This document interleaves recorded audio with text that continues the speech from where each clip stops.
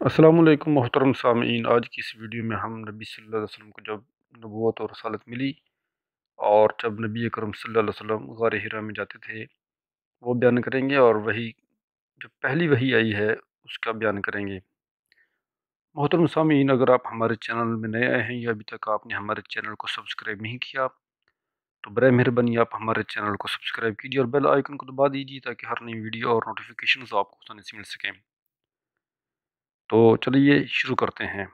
محترم سامعین، رسول اللہ صلی اللہ علیہ وسلم کی عمر شریف جب 40 برس کے قریب ہو چلی، اور اس دوران آپ صلی اللہ علیہ وسلم کے اب تک کے تعاملات نے قوم سے آپ صلی اللہ علیہ وسلم کا ذہنی اور فکری فاصلہ بہت وسیع کر دیا تھا، تو آپ صلی اللہ علیہ وسلم کو تنہائی محبوب ہو گئی۔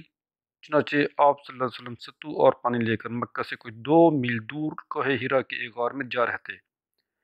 یہ ایک مختصر سا غار ہے جس کا طول 4 گز اور عرض پونے 2 گز ہے۔ یہ نیچے کی جانب گہرا نہیں ہے بلکہ ایک مختصر راستے کے بازو میں اوپر کی چٹانوں کے باہم ملنے سے کوئی ایک کوتل کی شکل اختیار کیے ہوئے ہے۔ آپ صلی اللہ علیہ وسلم جب یہاں تشریف لے جاتے تو حضرت خدیجہ رضی اللہ عنہا بھی آپ صلی اللہ علیہ وسلم کے ہمراہ جاتی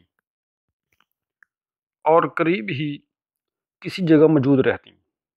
آپ صلی اللہ علیہ وسلم رمضان بھر اس غار میں قیام فرماتے اور آنے جانے والے مساکینوں کو کھانا کھلاتے اور بقیہ اوقات اللہ تعالیٰ کی عبادت میں گزارتے، کائنات کے مشاہد اور اس کے پیچھے کار فرما قدرت نادرہ پر غور فرماتے۔ آپ صلی اللہ علیہ وسلم کو اپنی قوم کے لچر پوچ، شرکیہ عقائد اور واہیات تصورات پر بالکل اطمینان نہ تھا، لیکن آپ صلی اللہ علیہ وسلم کے سامنے کوئی واضح راستہ، معین طریقہ اور افراط و تفریط سے ہٹی ہوئی کوئی ایسی راہ نہ تھی جس پر آپ صلی اللہ علیہ وسلم اطمینان و انشراح قلب کے ساتھ رواں دواں ہو سکتے۔ نبی صلی اللہ علیہ وسلم کی یہ تنہائی پسندی بھی در حقیقت اللہ تعالیٰ کی تدبیر کا ایک حصہ تھی۔ اس طرح اللہ تعالیٰ آپ صلی اللہ علیہ وسلم کو آنے والے کار عظیم کے لیے تیار کر رہا تھا۔ در حقیقت جس روح کے لیے بھی یہ مقدر ہو کہ وہ انسانی زندگی کے حقائق پر اثر انداز ہو کر ان کا رخ بدل دے گا، اس کے لیے ضروری ہے کہ زمین کے مشاغل، زندگی کے شور اور لوگوں کے چھوٹے چھوٹے ہم و غم کی دنیا سے کٹ کر کچھ عرصے کے لیے الگ تھلگ اور خلوت نشینی رہے۔ ٹھیک اسی سنت کے مطابق جب اللہ تعالیٰ نے محمد صلی اللہ علیہ وآلہ وسلم کو امانت کبریٰ کا بوجھ اٹھانے، روئے زمین کو بدلنے اور خط تاریخ کو موڑنے کے لیے تیار کرنا چاہا تو رسالت کی ذمہ داری عائد کرنے سے 3 سال پہلے آپ صلی اللہ علیہ وسلم کے لیے خلوت نشینی مقرر کر دی۔ آپ صلی اللہ علیہ وسلم اس خلوت میں 1 ماہ تک کائنات کی آزاد روح کے ساتھ ہم سفر رہتے اور اس وجود کے پیچھے چھپے ہوئے غیب کے اندر تدبر فرماتے، تاکہ جب اللہ تعالیٰ کا اذن ہو تو اس غیب کے ساتھ تأمل کے ساتھ مستعد رہیں۔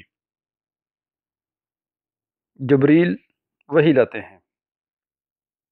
جب آپ صلی اللہ علیہ وسلم کی عمر 40 برس ہو گئی، اور یہی سن کمال ہے اور کہا جاتا ہے کہ یہی پیغمبروں کی بعثت کی عمر ہے، تو زندگی کے افق کے پار سے آثار نبوت چمکنا اور جگمگانا شروع ہوئے۔ یہ آثار خواب تھے۔ آپ صلی اللہ علیہ وسلم جو بھی خواب دیکھتے وہ سپیدہ صبح کی طرح نمودار ہوتا۔ اس حالت پر 6 ماہ کا عرصہ گزر گیا، جو مدت نبوت کا 40واں حصہ ہے، اور کل مدت نبوت 23 برس ہے۔ اس کے بعد جب ہرا میں خلوت نشینی کا 3 سال آیا تو اللہ تعالیٰ نے چاہا کہ روئے زمین کے باشندوں پر اس کی رحمت کا فیضان ہو، چنانچہ اس نے آپ صلی اللہ علیہ وسلم کو نبوت سے مشرف کیا، اور حضرت جبریل علیہ السلام قرآن مجید کی چند آیات لے کر آپ صلی اللہ علیہ وسلم کے پاس تشریف لائے۔ دلائل و قرائن پر ایک جامع نظر ڈال کر حضرت جبریل علیہ السلام کی تشریف آوری کے اس واقعے کی تاریخ معین کی جا سکتی ہے۔ ہماری تحقیق کے مطابق یہ واقعہ رمضان المبارک کی 21 تاریخ کو 2 شنبہ کی رات پیش آیا۔ اس روز اگست کی 10 تاریخ تھی اور 610 عیسوی تھا۔ قمری حساب سے نبی صلی اللہ علیہ وسلم کی عمر 40 سال 6 مہینے 12 دن اور شمسی حساب سے 39 سال 3 مہینے 22 دن تھی۔ آئیے اب ذرا حضرت عائشہ رضی اللہ عنہا کی زبانی اس واقعے کی تفصیلات سنیں۔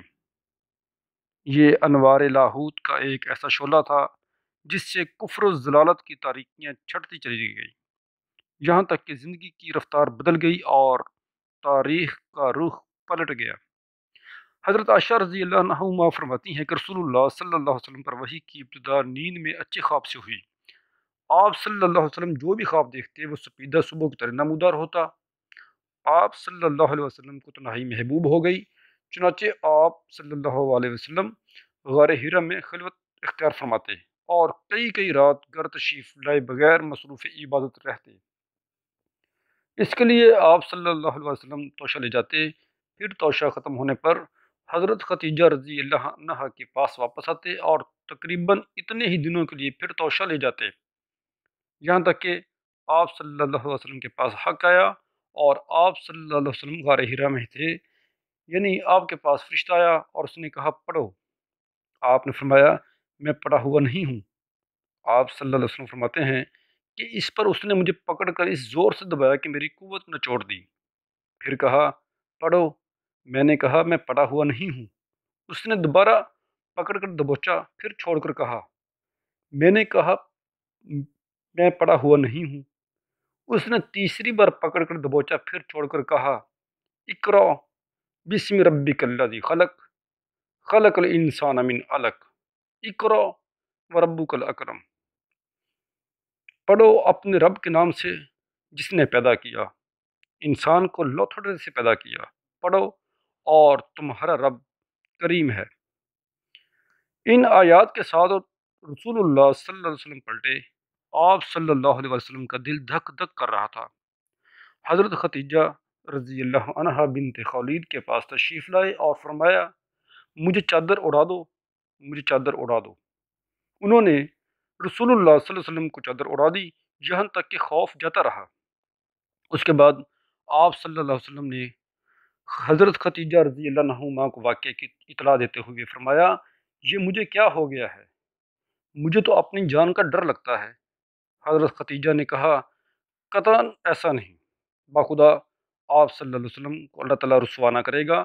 آپ صلی اللہ علیہ وسلم صلہ رحمی فرماتے ہیں، درمندوں کا بوجھ اٹھاتے ہیں، تہی دستوں کا بندوبست کرتے ہیں، مہمان کی میزبانی کرتے ہیں اور حق کے مصائب پر اعانت کرتے ہیں۔ اس کے بعد حضرت خدیجہ رضی اللہ عنہا آپ صلی اللہ علیہ وسلم کو اپنے چچیرے بھائی ورقہ بن نوفل بن اسد بن عبد العزیٰ کے پاس لے گئی۔ ورقہ دور جاہلیت میں عیسائی ہو گئے تھے اور عبرانی میں لکھنا جانتے تھے، چنانچہ عبرانی زبان میں حسب توفیق الہی انجیل لکھتے تھے۔ اس وقت بہت بوڑھے ہو چکے اور نبینا ہو چکے تھے۔ ان سے حضرت خدیجہ رضی اللہ عنہا نے کہا بھائی جان آپ اپنے بھتیجے کی بات سنیں۔ ورقہ نے کہا بھتیجے تم کیا دیکھتے ہو؟ رسول اللہ صلی اللہ علیہ وسلم نے جو کچھ دیکھا تھا بیان فرما دیا۔ اس پر ورقہ نے آپ صلی اللہ علیہ وسلم سے کہا یہ تو وہی ناموس ہے جسے اللہ تعالیٰ نے موسیٰ علیہ السلام پر نازل کیا تھا۔ کاش میں اس وقت توانا ہوتا، کاش میں اس وقت زندہ ہوتا جب آپ صلی اللہ علیہ وسلم کی قوم آپ صلی اللہ علیہ وسلم کو نکال دے گی۔ رسول اللہ صلی اللہ علیہ وسلم نے فرمایا اچھا تو کیا یہ لوگ مجھے نکال دیں گے؟ ورقہ نے کہا ہاں، جب بھی کوئی آدمی اس طرح کا پیغام لاتا ہے جیسا تم لائے ہو تو اس سے ضرور دشمنی کی گئی، اور اگر میں نے تمہارا زمانہ پا لیا تو تمہاری زبردست مدد کروں گا۔ اس کے بعد ورقہ جلد ہی فوت ہو گئے اور وہی رک گئی۔ طبری اور ابن حشام کی روایت سے معلوم ہوتا ہے کہ آپ صلی اللہ علیہ وسلم اچانک وحی کی آمد کے بعد غار حرا سے نکلے تو پھر واپس آ کر اپنی بقیہ مدت قیام پوری کی۔ اس کے بعد مکہ تشریف لائے۔ طبری کی روایت ہے کہ آپ صلی اللہ علیہ وسلم کے نکلنے کے سبب پر روشنی پڑتی۔ روایت یہ ہے رسول اللہ صلی اللہ علیہ وسلم نے وحی کی آمد کا تذکرہ کرتے ہوئے فرمایا اللہ کی مخلوق میں شاعر اور پاگل سے بڑھ کر میرے نزدیک کوئی قابل نفرت نہ تھا۔ میں شدت نفرت سے ان کی طرف دیکھنے کی تاب نہ رکھتا تھا۔ اب جو وحی آئی میں نے اپنے جی میں کہا یہ نکارا، یعنی خود آپ شاعر یا پاگل ہے، میرے بارے میں قریش ایسی بات کبھی نہ کہہ سکیں گے۔ میں پہاڑ کی چوٹی پر جا رہا ہوں وہاں سے اپنے آپ کو نیچے لٹکا دوں گا اور اپنا خاتمہ کر لوں گا اور ہمیشہ کے لیے راحت پا جاؤں گا۔ آپ صلی اللہ علیہ وسلم فرماتے ہیں کہ میں یہی سوچ کر نکلا، جب بیچ پہاڑ پر پہنچا تو آسمان سے ایک آواز سنائی دی، اے محمد صلی اللہ علیہ وآلہ وسلم، تم اللہ کے رسول ہو اور میں جبریل ہوں۔ آپ صلی اللہ علیہ وسلم کہتے کہ میں نے آسمان کی طرف اپنا سر اٹھایا، دیکھا تو جبریل ایک آدمی کی شکل میں افق کے اندر پاؤں جمائے کھڑے ہیں اور کہہ رہے ہیں، اے محمد صلی اللہ علیہ وآلہ وسلم، تم اللہ کے رسول ہو اور میں جبریل ہوں۔ آپ صلی اللہ علیہ وسلم فرماتے کہ میں وہیں ٹھہر کر جبریل کو دیکھنے لگا اور اس شغل نے مجھے میرے دل سے غافل کر دیا۔ اب میں نہ آگے جا رہا تھا نہ پیچھے، البتہ اپنا چہرہ آسمان کے افق میں گھما رہا تھا اور اس کے جس گوشے پر میری نظر پڑتی جبریل اسی طرح دکھائی دیتے۔ میں مسلسل کھڑا رہا، نہ آگے بڑھ رہا تھا نہ پیچھے، یہاں تک کہ خدیجہ رضی اللہ عنہا نے میری تلاش میں اپنے قاصد بھیجے اور وہ مکہ تک جا کر پلٹ آئے، لیکن میں اپنی جگہ کھڑا رہا۔ پھر جبریل چلے گئے اور میں بھی اپنے اہل خانہ کی طرف پلٹ آیا اور خدیجہ رضی اللہ عنہا کے پاس پہنچ کر ان کی ران کے پاس انہی پر ٹیک لگا کر بیٹھ گیا۔ انہوں نے کہا، ابو القاسم، آپ صلی اللہ علیہ وسلم کہاں تھے؟ باخدا میں نے آپ صلی اللہ علیہ وسلم کی تلاش میں آدمی بھیجے اور وہ مکہ تک جا کر واپس آ گئے۔ اس کے جواب میں نے جو کچھ دیکھا تھا انہیں بتا دیا۔ انہوں نے کہا، چچا کے بیٹے، آپ صلی اللہ علیہ وسلم خوش ہو جائیے اور آپ صلی اللہ علیہ وسلم ثابت قدم رہیے۔ اس ذات کی قسم جس کے قبضے میں میری جان ہے، میں امید کرتی ہوں کہ آپ صلی اللہ علیہ وسلم اس امت کے نبی ہوں گے۔ اس کے بعد وہ ورقہ بن نوفل کے پاس گئیں، انہیں ماجرہ سنایا۔ انہوں نے کہا، قدوس قدوس، اس ذات کی قسم جس کے ہاتھ میں ورقہ کی جان ہے، ان کے پاس وہی ناموس اکبر آیا ہے جو موسیٰ علیہ السلام کے پاس آیا تھا۔ یہ اس امت کے نبی ہیں، ان سے کہو ثابت قدم رہیں۔ اس کے بعد حضرت خدیجہ رضی اللہ عنہا نے واپس آ کر آپ صلی اللہ علیہ وسلم کو ورقہ کی بات بتائی۔ پھر جب رسول اللہ صلی اللہ علیہ وسلم نے ہرا میں اپنا قیام پورا کر لیا اور مکہ تشریف لائے تو آپ صلی اللہ علیہ وسلم سے ورقہ نے ملاقات کی اور آپ صلی اللہ علیہ وسلم کی بات تفصیلات سنی اور کہا، اس ذات کی قسم جس کے ہاتھ میں میری جان ہے، آپ صلی اللہ علیہ وسلم اس امت کے نبی ہیں۔ آپ صلی اللہ علیہ وسلم کے پاس وہی ناموس اکبر آیا ہے جو موسیٰ کے پاس آیا تھا۔